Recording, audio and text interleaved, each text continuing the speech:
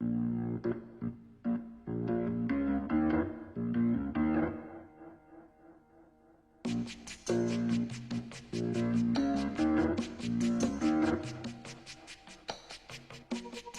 is about?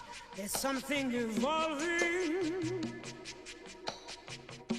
Whatever may come, the world keeps revolving. They say the next big thing is here, that the revolution's near. But to me it seems quite clear that it's all just a little bit of history repeating. We're digging under the airwaves of mainstream radio in the case of misstep music. You can expect to hear songs that don't get played from the artists you know and love. Funk to punk, Rock to reggae. hip-hop to doo-wop. Look beneath the surface of the mainstream. The music may surprise you and expand your musical cuisine. Join us, Ryan And Emma, for a time warp into History repeating. We're so excited for this week's episode. We have an incredible singer, Miss Melba Moore, who, I mean, just incredible. I mean, she's getting a star on the Hollywood Walk of Fame. She has a Tony Award, multiple Grammy nominations. She's gotten multiple honors from the president just last year, including a Lifetime Achievement Award. I mean, just so accomplished and so incredible. And I mean, her voice is just one of a kind, so powerful. So, we just want to jump right into it, I guess, with a great song called The Other Side of the Rainbow, which just incredible song. And listen for the end when she holds that note, 38 seconds. It's incredible. So this is Melba Moore's The Other Side of the Rainbow.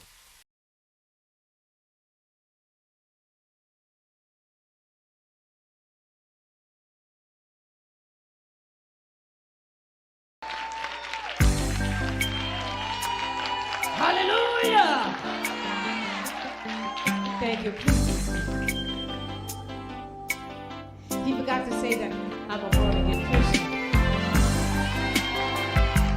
You know, you gotta have a dream. Everybody's got a dream. God gave it to you. If you don't have a dream, how you gonna make a dream come true, huh? Thank God for the vision. Well, my friend, what's on your mind? Tell me, where do you want to go? It'll be your dream that's gonna take you there. Don't give up if your dreams are firm.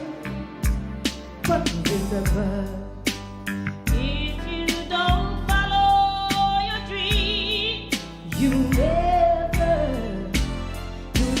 know what's on the other side of the rainbow. You never know, but you will find at the top of the mountain. You never know where you'll be.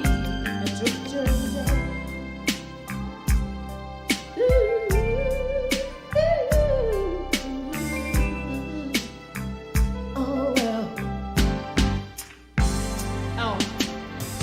Will try to bring you down. They'll tell you dreams are for those who sleep,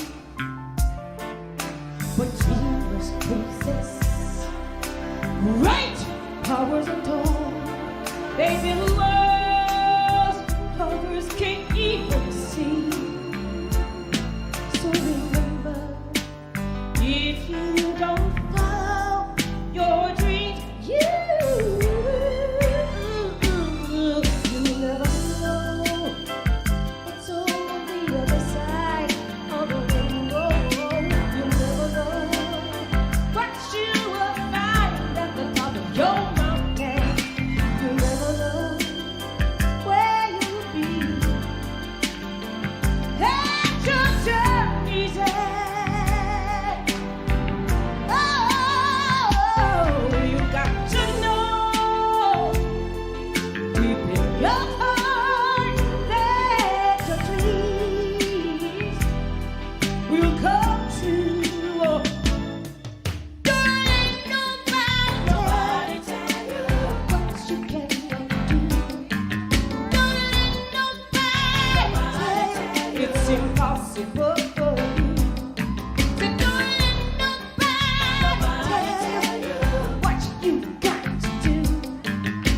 Remember, if you don't follow your dream, you'll never know what's on the other side of the rainbow. You'll never know what you'll find at the top of the mountain. You never know why you'll be at your journey's end. Oh.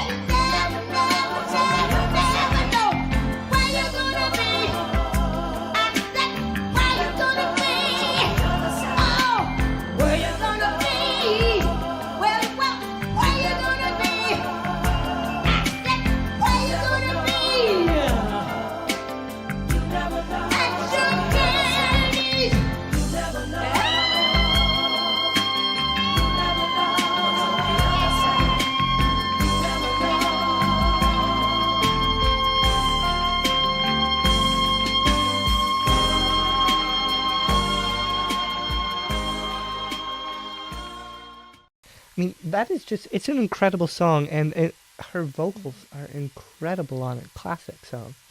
She really, like, once she got into the recording industry, just all these songs are starting to be made for her, as she was saying, and they're just great, perfect for her voice.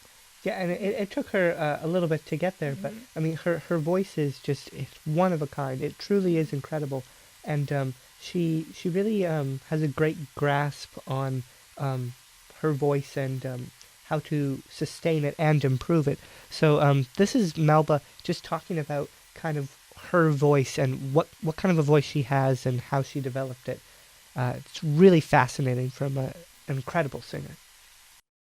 My natural voice seemed to be lyric soprano, kind of. See, I can do that without even warming up. See. Yeah. But I would have hollered and hoop like Aretha Franklin and all the rest of them too. So I continued to take voice lessons and practice every day and work on my own technique. And so what happened eventually, I began to learn how to belt really high in a high chest voice. Like say, anybody can belt right there, but can you belt? You know, it's almost like screaming. And the higher range started to expand, the lower range started to expand, and the middle range started to get strengthened. But I really developed my own technique. I mean, what a voice she has. I mean, she is has that high soprano, but she can sing low too. It's really an incredible voice. I guess like she was talking about she started out in the Catholic Church, right? So just all these like strong different levels to her voice, and just really shows in all of her music.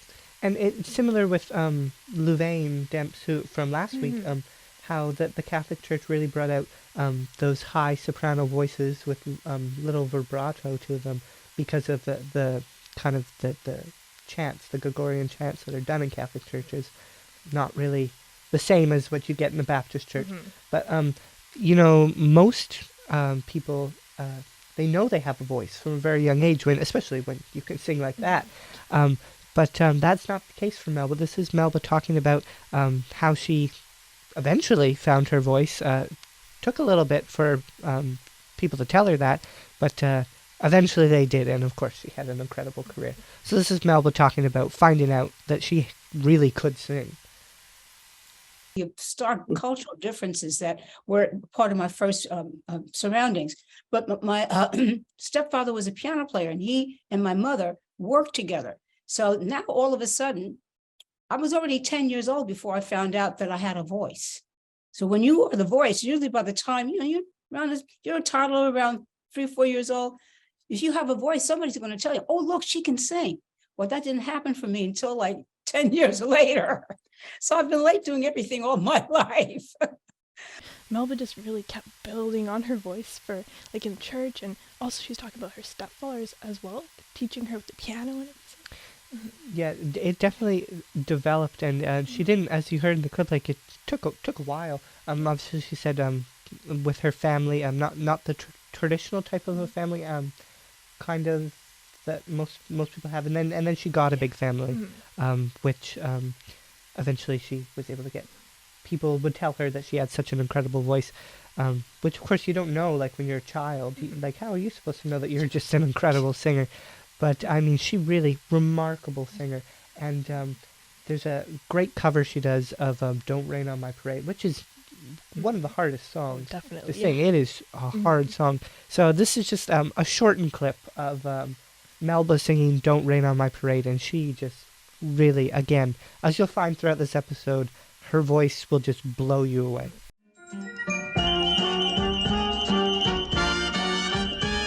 Said, don't tell me not to live, just sit and putter. Life's candy and the sun's a ball of butter. Don't bring her on a cloud to rain on my parade. Though I am one in a gang, it's eye on the target, and wham! One shot, one gunshot, and bam!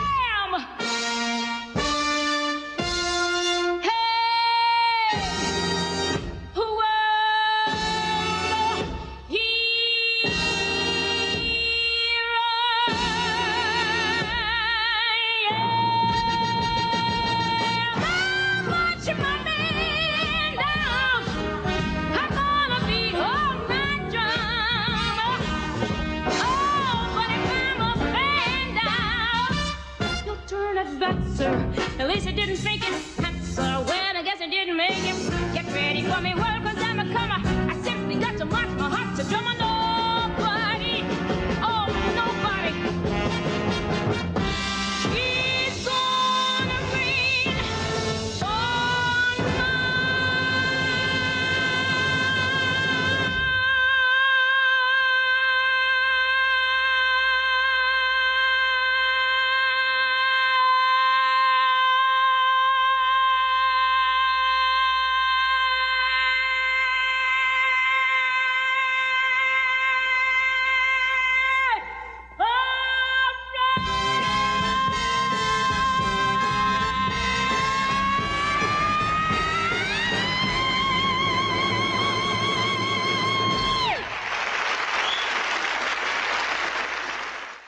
I mean, "Don't Rain on My Parade" is such a good song, and Melba really, she knocks it out of the park. I mean, incredible. It's like a really difficult song to sing, and just the way she sings it is so unique compared to like other people too. And I love how she's like going like this, like she's like building on the song. She's really giving it and all that she can. And I mean, I just get out of breath just watching her because she just keeps going, and it's so incredible. And I no idea how she can do that. And of course, Melba got, I guess, her big break. She ended up in the original production of Hair, and it's just incredible, that musical, groundbreaking. So this is Melba talking about Hair and being in that production. Some of the things that I learned about just finding out who myself was really after I got on Broadway. And, I saw what the philosophy was. It was, let me give you an example. After I was in the show for about a year or so, they had a lot of different people playing the lead role, and they weren't happy with them. So one of the Black girls, she said, why don't you let Melba try out for it? I don't know why she was speaking up for me, but she was a big mouth Black young lady. So she said, let Melba try it. So I said, well, we'll let her, why don't we rehearse her and let her try it for the Wednesday matinees, and if she works okay, we'll let her do the role. Well, the end of it is that I wound up replacing Diane Keaton, who had done the lead role. A lot of people did the lead role, but she's the only one that anybody knows. So I let everybody know that I replaced Diane Keaton. And it made the front page of the New York Times. It was very important. Plus the fact that it was a Black girl playing the female lead in a romantic role. on Broadway. So all of those kind of really broke the rules of everything. I mean, really incredible how she ended up the lead in Hair. She talks about originally how she ended up just non-traditional way of getting into Hair, just being in the recording studio for backing up Hair, and then they got her into the show because they liked her voice, and then she moved all the way up into the lead role, which is incredible. She was talking. She said she replaced Diane Keaton too, like, which is really big. And also, I think she was talking about how she was like the first Black person to be really on Broadway, and the first Black one to replace a white actor in the lead role, which made, as she said, all the front page news on that, because I mean, the 1969, that'd be a very big deal. Really big.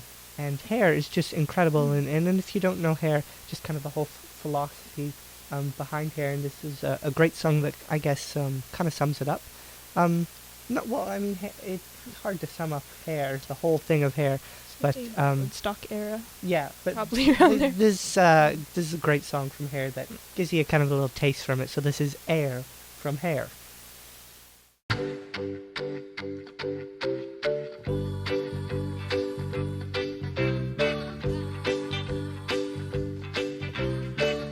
Welcome, sulfur dioxide. Hello, carbon monoxide. The air is everywhere. Breathe deep while you sleep. Breathe deep, bless you. Alcohol bloodstream, save me. Nicotine lung steam. Incense is in the air. Breathe deep while you sleep. Breathe deep. Cataclysmic ectoplasm. Fallout. Atomic orgasm. Vapor and fume at the stone of my tomb.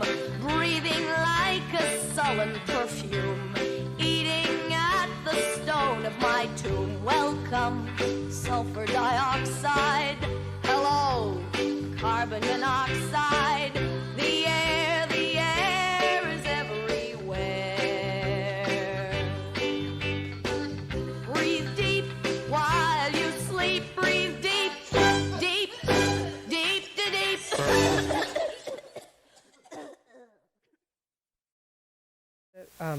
As much as it is hard to kind of sum up Hair, that song does a good job of giving you a taste into what Hair is, kind of the whole philosophy and the meaning of it. It's really like a bright, just exciting song that Melba got to be a part of. And she was on the original cast recording. That's what she started out as, doing the recording on that, and then that led to being in the actual original production of Hair, and of course then the lead. And Melba at the time, she was talking to me about going through kind of just, I guess, a spiritual kind of a journey, just figuring out where she fits in the world, which most people have when they're at that age. So this is Melba talking about just what Hair was like, the meaning to her, and how it has different meanings to all different people, and really just how important this musical really was. I knew how important it was, but I kind of thought it was important to me, and I thought it was important to me as a Black person. I knew that it was important to the white society because they had the power. And I knew that they were impressed with it. I'm going to say yes, but it would not mean the same thing to me as it would to a white person. It wouldn't mean the same thing to a person who was a critic on the New York Times. As it would in another part of society. Depends on who you were and where you were. But to everybody, of course, it was extremely important. But as far as really how important it was, and how I don't know what it affected. I don't think I had a real thorough idea. I don't think so. I mean, Hair, it's an incredible album. I've never seen the musical myself, but the album is really good, and it's really interesting to hear, especially from someone who is in that at that time. They're original too. Yeah, to kind of all the meanings and just how massive it is. Because we can learn about it as much as we want, but we were never there for it. So it's really incredible to get to hear that. And so many awards too for being in the original Hair. I mean, Hair, just incredible. And I think the best known song from Hair is the Fifth Dimensions recording of Aquarius, Let the Sunshine In. But this is just a clip that we're going to show of the original cast of Hair, and of course Melba's in there, of performing that melody on the Ed Sullivan Show, which is just incredible that something like that would end up on the Ed Sullivan Show. So this is Aquarius, Let the Sunshine In. Broadway's most discussed play, Hair, sing two of the numbers from their record-busting show at the Biltmore Theater on West 47th Street. Here they are.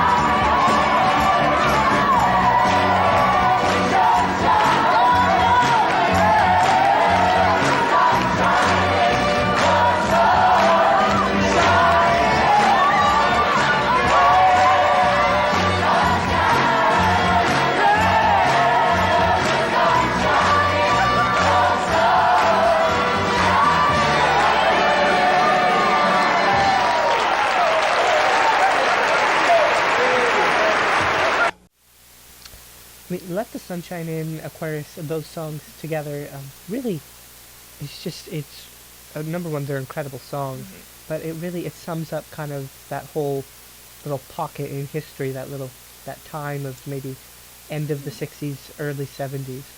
Kind of like an interesting way to put it on Broadway as well. Like that's really different for Broadway, but I think Melba was just talking so much about how she kind of she started out a teacher and then she just shifted into Broadway, and she just had kind of like a Cinderella story, which you'll get to hear in her interview. One of the girls in the chorus of Hair was telling me, Melba, you've been on Broadway now for almost a year, and this show's not going to last forever, and you don't really even know how to audition because you didn't get the show by the normal way. She said, I'll give you some information and tell you some of the rounds that you can make. Just, you don't have to worry about getting a part. Just learn where they are and learn how to audition, learn what the language is and everything. And I was trying to learn how to audition, but the first place that she sent me was to audition for the show Pearly, but I got the part. And I got into the show, of course, and eventually I got a Tony Award for that show. So I guess my name is Cinderella, okay? I mean, it's just incredible how Melba how everything, she just kind of fell into it. You would think with a voice like that she would have been out there like pounding the pavement type of a thing to do it, but it's just, she's just so talented, and you would really think that someone would have told her, you need to be out there doing this, because really an incredible vocalist. She just really appeared in just Broadway, and then she just got so big also in television as well. Yeah, and what her big thing came from her Tony Award winning performance in the musical Pearly, which she starred in, just incredible. And she just kind of fell right into that one too. So this is Melba talking about that musical Pearly. Thought of it because I would know it was about racism and what we used to call Uncle Tomism, which would be you kiss up to people because they have power over you, but you're not really being a person of integrity. I thought the play was kind of Uncle Tomish, and I thought it was old fashioned. And of course, I'd never even been to a Broadway play, so I didn't realize, first of all, they had to make it palatable for a white audience. It wasn't for a Black audience. But I'm used to segregation, even in the North. What do I know? I said, what is this? And I just remember some of the rude awakenings I had in terms of what people were seeing and what I was seeing in terms of that play. And I was so glad I was wrong. I remember one of the reviews compared me to Mahalia Jackson. I said, Mahalia Jackson? What does he see? Then I realized a critic of a Broadway show never sees Black people in performance. And during those days, you could not miss Mahalia Jackson. That's, oh my God, he's complimenting me. He's saying I have a big voice, that I have a big speech. Oh, I couldn't interpret what he meant, but there was such maybe kind of a, what do you call a breach, kind of a space between the two cultures that you'd have to, I was, well, who is he writing about? But then I had never read a review before. Yeah. So many things to try to take in. But of course, looking back on it now, it really is a Cinderella story, and all of the excitement and the fear, and it's just marvelous. Pearly is really an incredible musical, and how she just didn't even audition for it again, how she just kind of got into it, but really groundbreaking, I guess, in the sense she had it recorded. She made sure in 1981, it's about 10 years, I guess, after she did a TV recording of it, made sure that it was recorded, because a lot of musicals aren't recorded and then are forgotten, and especially one with an all-black cast was not really, people wouldn't record that. Melba made sure that it was going to be preserved. We're so lucky to have a chance to see it now too. And there's an incredible clip that we're going to show of a great song that Melba does called "I Got Love," which is just really, again, the end there breaks the sound barrier. How does she do that? Wow. She's just incredible. So this is "I Got Love" from Pearly. Do you remember everything I taught you? I guess so. Okay, wait right here and don't be scared. I ain't scared, Grandpa. I ain't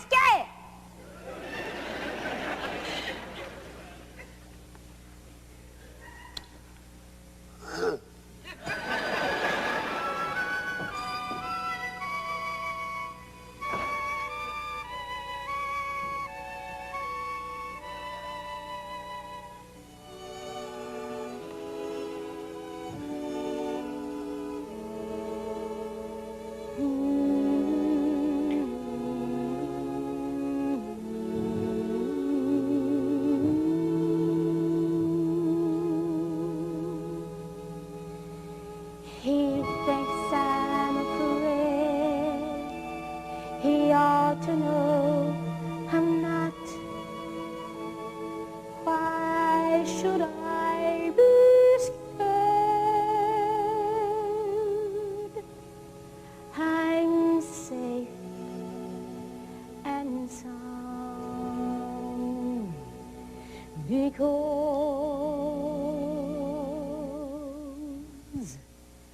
I got love. I got love. I got love. I got love, love, love, love, love, love, love, love, love. I got love. Ooh, I got love. Sweeter than a flower, growing by the hour. I got love. Sunshine, shine. Since I got mine, just call me, don't know it low. Keep on talking to my pillow, 'cause I got love.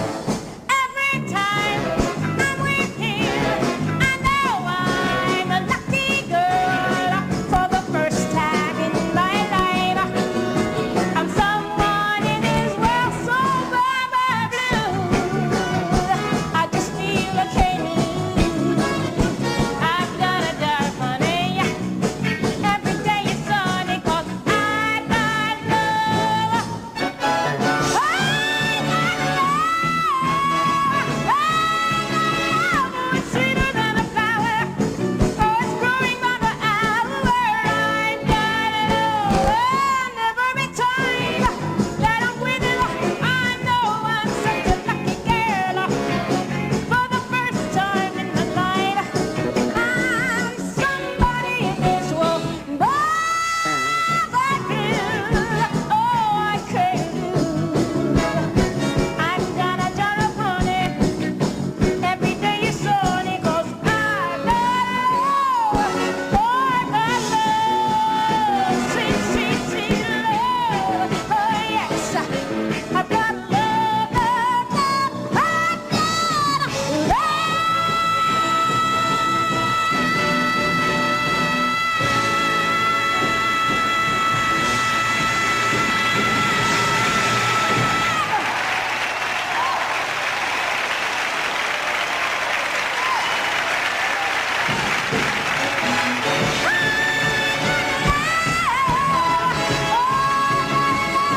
Sweeter than a flower.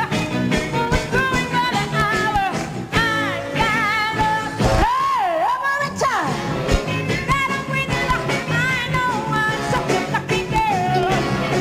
For the first time in my life, I feel like somebody in this world. Oh, bye, bye, blue. I just know I can't lose. That I got a jar of honey.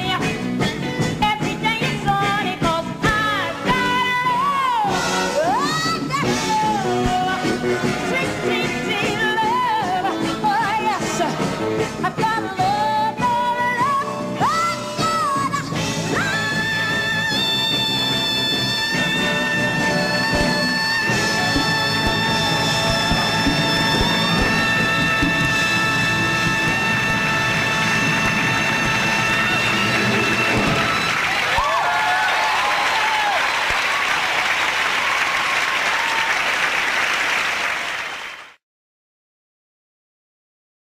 As you heard with like that song, just Melba is an incredible singer, and I got love. I mean, so much power in her voice, and of course, good, incredible stage presence too. It's like an all black cast, just really powerful at the time too. But I guess she was talking more about how it's kind of like an Uncle Thomas type of musical. Yeah, as she said, at the time, she was thinking it had to be digestible for a white audience. It's very influential. Yes, Yeah. and she of course won the Tony Award for her performance in that, and it's just incredible. But just jumping back a bit, she started obviously doing backing vocalists as we talked about, but before that she was a music teacher for quite a while. So she was a music teacher and then kind of fell into the backing vocalist and then into the Broadway and just knocked it out of the park there. Just incredible. So this is Melba talking about just kind of being a backing vocalist. And can you imagine having Melba Moore as your backing vocalist? I think she'd outshine most of the lead singers.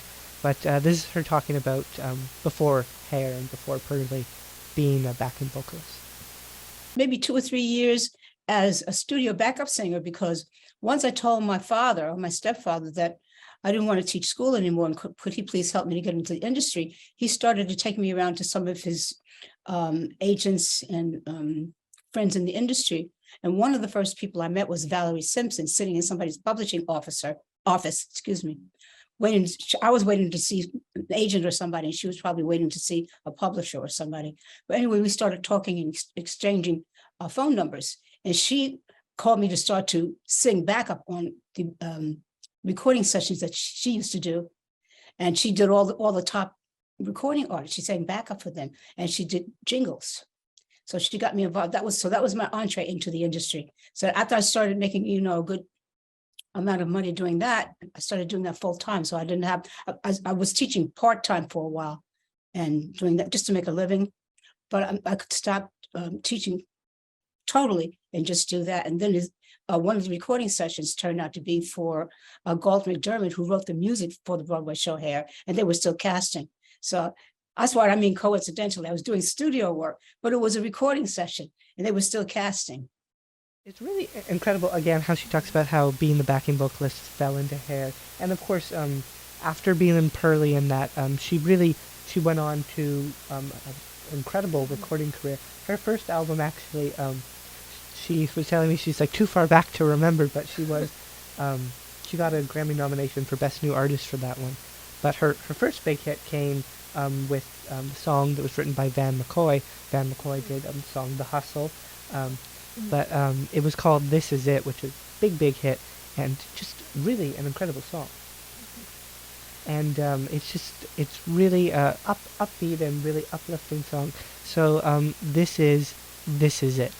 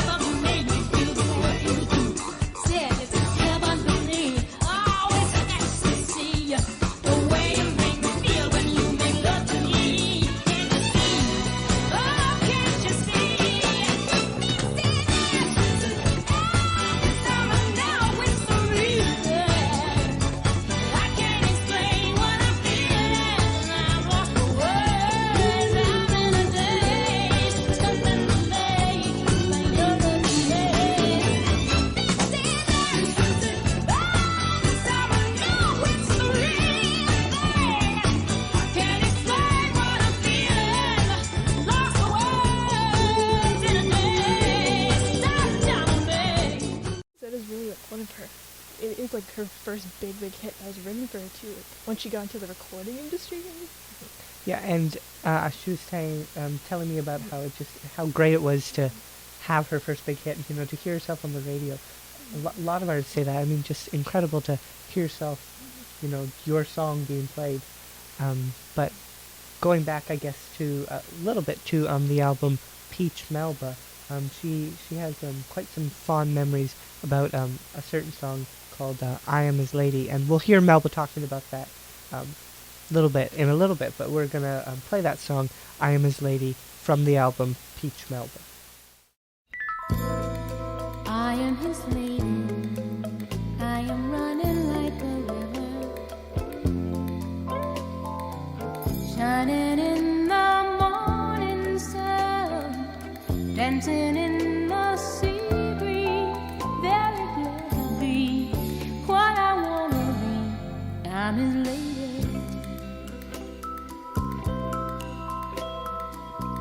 Her days are easy, they are running like a river. He walks out to meet the day, taking my world with him, looking fine and free, seeing into me, I'm his lady.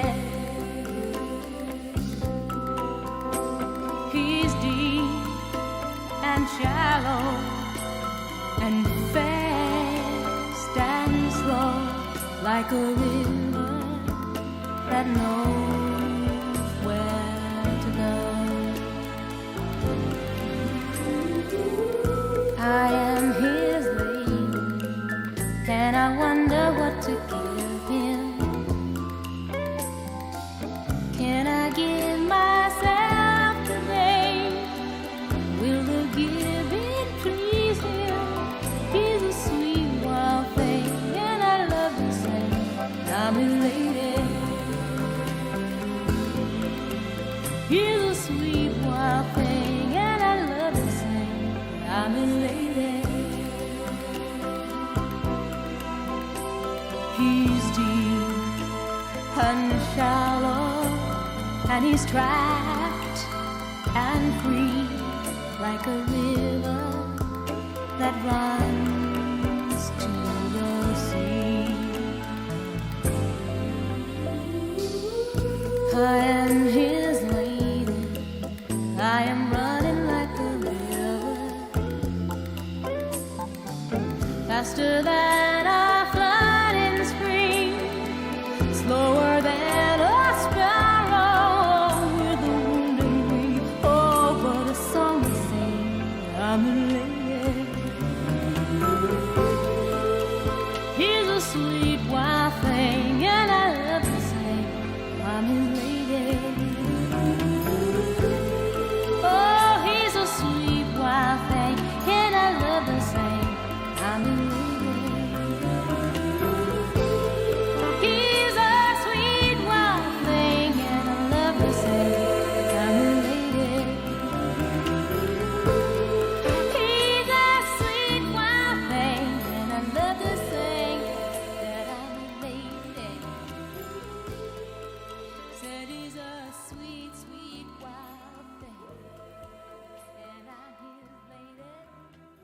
So that song, I mean, just it's such a smooth and it's such a beautiful song. 1976 when it came out on her album Peach Melba, and she has a lot of fond memories about that song. And this is Melba talking about recording that song, which she just specifically remembered, and just how her life at the time she was really reflecting and putting into that song.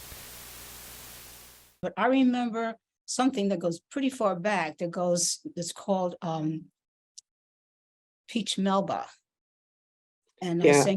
I sang a song called I'm His Lady, and a bunch of songs on that one. And I remember that one because I was just married, and that was my husband was my manager, and he'd got me my recording label, which I think was Buddha Records. I'm not sure. Yeah. Yeah, okay. So that was among, I don't know if it was the very first, was one among the first. And I thought it was beautiful. I still think it is when I listen to it, because I can just hear I can hear that I'm in love. I had my first baby. I can hear it in there. I can feel what music does to people. It's not that I sing so great. You just can hear the whole spirit of the whole thing, that is sweet. You know, like I didn't know then what I know now. So, you know, it's just that music is really something, a very special gift from God. I could put it that way. That song really shows just how much of a true artist she is. How she doesn't just sing what people have written for her. She puts her life into it. How she talks about what she was going through in her life. She reflected into that song. And so early on in her career, Peach Melba came out in 1975, which just about 4 years, I guess, from her first album that she did. She just really makes all of her music and her songs her own, just adds her own flair to everything. It's just so beautiful. Which I guess a great example of kind of adding her own flair to the songs is The Long and Winding Road, which of course classic Beatles song, but she does a great cover of The Long and Winding Road. So this is Melba talking about how she does make the songs her own, and specifically The Long and Winding Road. It's part of the melody. The long and winding road that leads to your door. That sounds so lonely and so sweet. Yeah. The feel of the melody, maybe it suited me so I could express it. It's for the listener, I hope that it's just, you know, not the bad parts of being alone, but the romantic parts of remembering the sweet things about somebody that you wish was with you. I can even articulate that because that's the way the music is. It's sweet and beautiful. And I'm just grateful, and I'm glad that I got to sing and that my voice is like that. It really shows how much she really cared about her songs and putting her own kind of spin onto these songs and really made them her own. Because the Long and Winding Road, for Melba Moore fans, it's a classic one. It's just like a flowy, just kind of like calm song in the way she sings. So as you heard Melba talking about how she thought about that song, I guess try to think about what she said as you listen to The Long and Winding Road. And you can really hear what she was talking about and how it comes across in her song. So this is Melba's recording of The Long and Winding Road.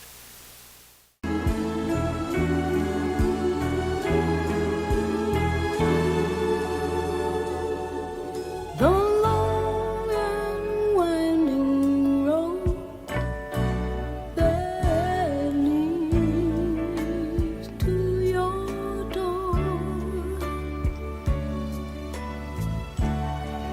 will never disappear. I've seen that road before, and it always leads me here, lead me to your door. A wild and windy night that the rain washed away has left its pool of tears, crying for today. Why leave me standing here, just letting me know the way? Many times I've been alone, and many times I've cried. Anyway, you never know the many ways I've tried, but still they lead me back to the long winding road. You left me standing here a long time ago. Why leave me standing here,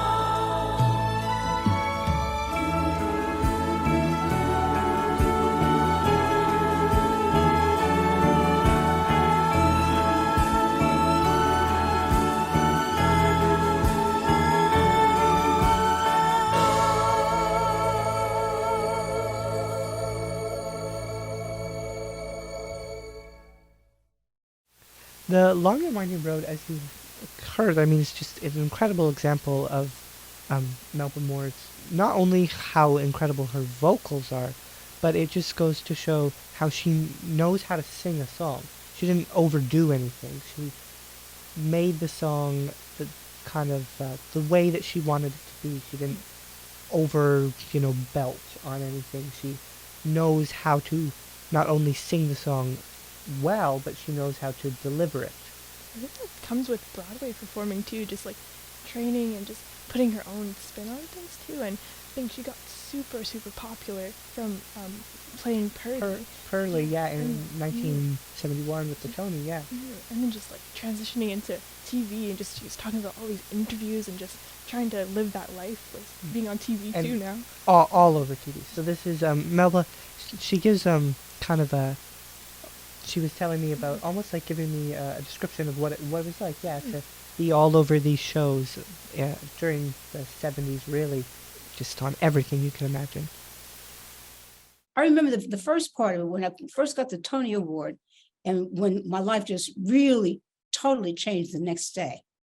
And from that day on, it was a matter of, oh, we're going to go to this studio, that studio, this one is calling. So you get used to people calling you, and you get used to looking at, say, Flip Wilson's face and saying, oh, I saw him on TV, now I'm on his show. Or that's Carol. I'm looking at Carol, that's Carol Burnett. And she gave me her summer spot. And you're looking at people. This is your daily life, I'm trying to say. So you don't have a lot of time to think about anything else. I'm looking at the person, and I'm looking at them as a fan. And I'm thinking, okay, but what's my lines? What I got to do? Trying to live your life and be a fan, and because you are a fan, you've gone from watching these people on TV to being invited to be in their shows and looking at the sets and looking at okay, well, got to go to California to shoot this, or they shoot. I remember the Cosby Show was shot in Brooklyn, I think. You're just kind of looking at, I guess, like if you were going to work every day and you said, okay, well, what street are we on today? What street am I on today? It was really incredible to hear Melba talking about being on all these the different shows, Carol Burnett Show, Ed Sullivan Show, Flip Wilson Show, just to be on all those shows. And I definitely recommend. I watched her on the Carol Burnett Show, and she does a really great skit about being a nurse. Of course, it's too long to put into the episode, but it really is a great performance. Must have been like such a big transition to go into TV after being on Broadway, and also herself being a teacher too. She's such a great speaker too.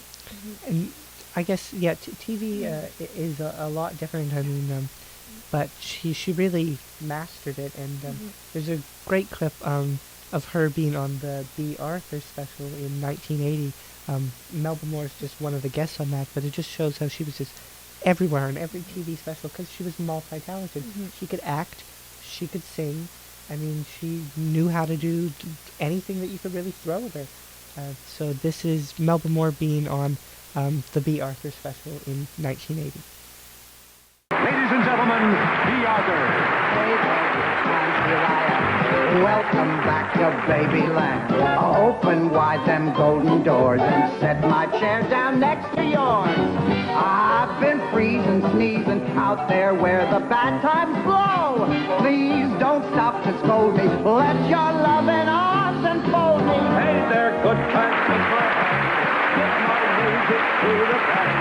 Lift up that old welcome mat and show me where to hang my hat.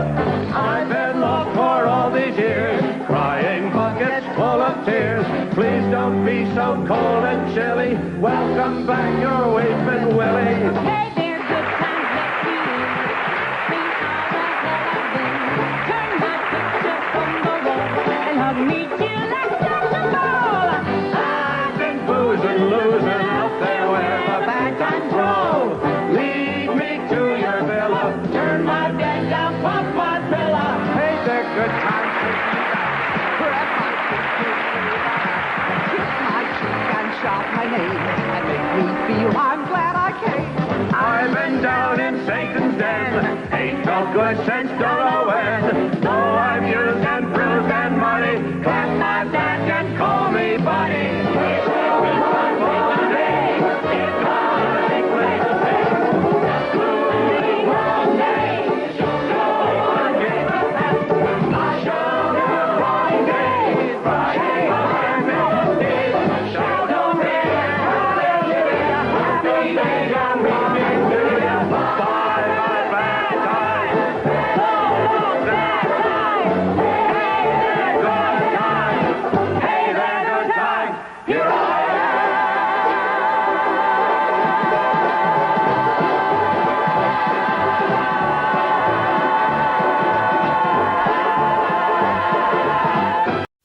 was really great to see her on that special.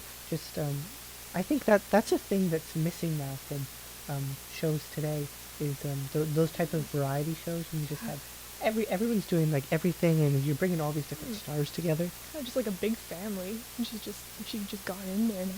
And that, I mean, and she holds her own. I think honestly that Melba Moore, any room she walks into, she's the best singer in the room. She's just a remarkable singer and remarkable performer. And her voice, she still is. She knows how to keep her voice and how to even improve her voice.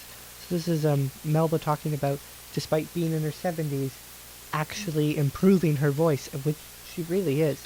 So this is Melba talking about how she does that.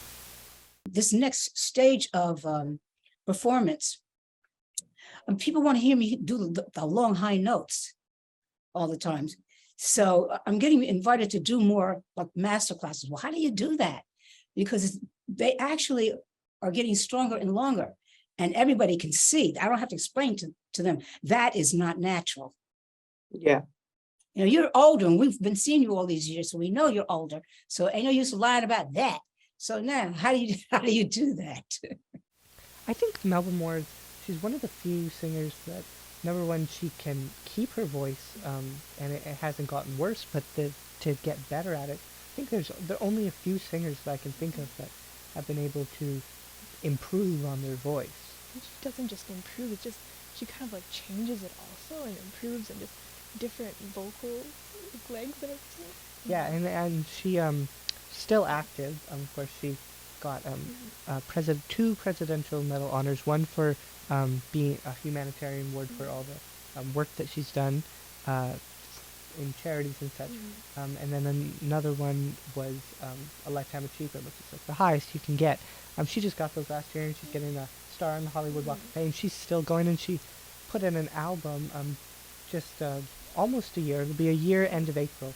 And there's a great song from that album. It's called Imagine, and it just really shows that she is still number one producing incredible music, but also it's still what she's kind of always done. The song has a really good message, and it really speaks to the world today. So this is Melba's latest recording, Imagine.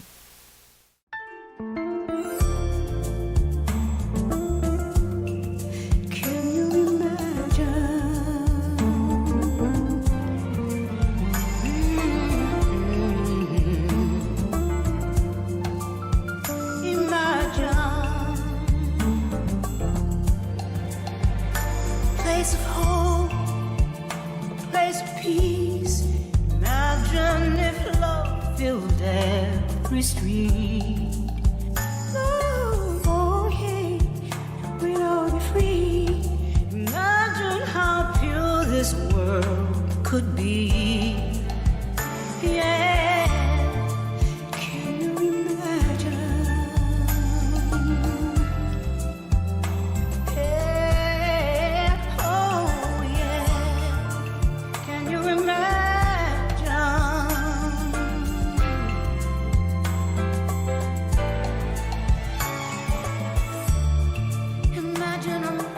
Displayed to causing disloyalties to be erased.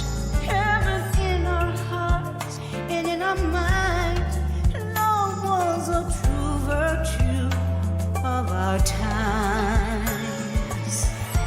If we follow the script of love, can you imagine?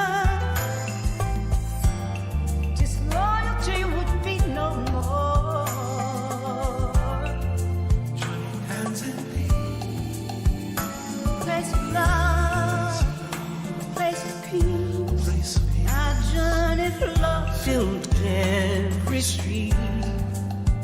Oh, hey, we'd all be free. Imagine how pure this world could be.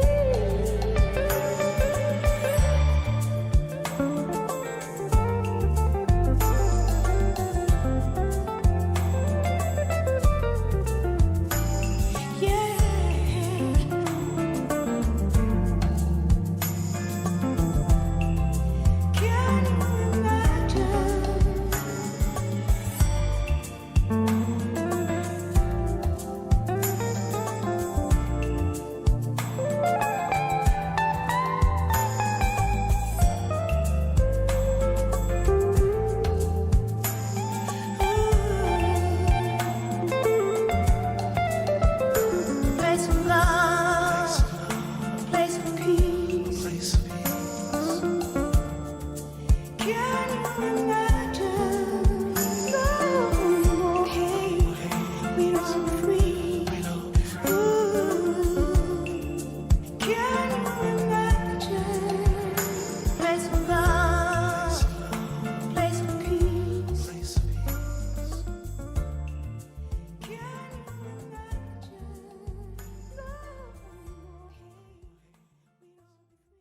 I mean, it was amazing to get to talk to Melba Moore. She really is a remarkable artist, and she is not just a singer as we've seen, but her vocals are just remarkable, and she deserves every award that she's gotten. She is just truly an inspiration and a really incredible artist. Definitely one of the best, I think, out there ever. She just really is a remarkable performer and singer.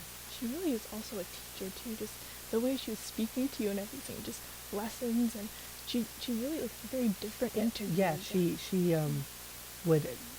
she didn't always deliver things like answers in the same way. She would try and paint like a picture to help describe things, and she would ask me, she was like, do you know this? And then of course if I didn't know, she would be like, she would tell me who that was or what that was. So just really truly special person, and it was so great to get to talk to her. Just a true storyteller. Yes, definitely. And I guess lifelong teacher and learner too. So this was great to talk to Melba Moore and to do, I guess, Emma's last show, I guess, of host with such a great artist. And for next season possibly, and also starting next episode, we're going to be having more of a kind of Ed Sullivan type thing. Yeah. So MTV. Yeah. I'm going to be scooting over to backstage with our lovely and awesome friend Amelia. Who does all of our editing and keeps us on time. Yeah. But Emma's still doing a bunch of stuff, because now we're doing more with the graphics and stuff. Possibly television. Yes, year. hopefully. Maybe. So kind of dividing the work up a bit more so that no one's overrun with having to do a bunch of stuff. So next week we'll be back. I'll be back, I guess, hosting, but we'll be doing. So weird to say. I'll be talking about José, who of course was part of the Dutch girl group Love, and such a big fan of her. So this has been. History repeating.